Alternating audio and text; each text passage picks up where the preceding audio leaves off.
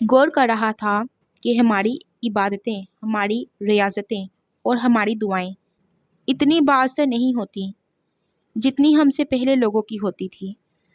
گزشتہ زمانوں کے لوگوں کے حالات اتنے خوشگوار نہیں تھے جتنے آج کل ہیں۔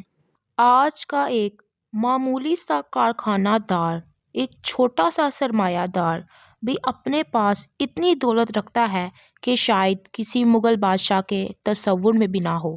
ان لوگوں کی زندگی خوشگوار تھی، لیکن ان کے پاس ایئر کنڈیشنرز نہیں تھے، ٹیلی فون نہیں تھے، ان کے پاس سفر کے لیے گاڑیاں، جہاز اور ہیلی کاپٹر نہیں تھے۔ ان کی سڑکیں بس نام کی سڑکیں تھیں، وہ سفر کیا کرتے تھے گھوڑا گاڑی میں اور ہاتھی کی پشت پر۔ وہ لوگ گھوڑے دوڑاتے تھے اور خوش رہتے تھے۔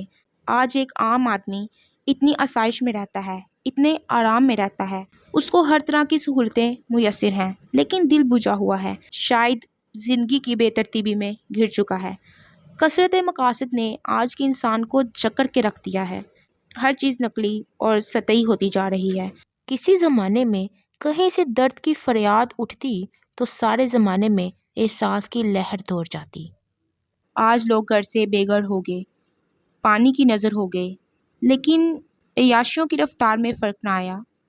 شاید ہم ترتیب کی سب حدیں روندنا چاہ رہے ہیں۔ کل تک بیٹیوں کی رخصتی ایک درد کا سما تھا۔ ماں بیٹی جب ملتی تو کہتے ہیں کہ آسمان کے کنگرے ہل جاتے۔ لیکن آج کسی قسم کا کوئی اثر نہیں ہوتا۔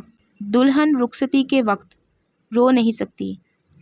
اسے پتہ ہے کہ رونے سے اس کا سینکڑوں روپے کا میک اپ خراب ہو جائے گا۔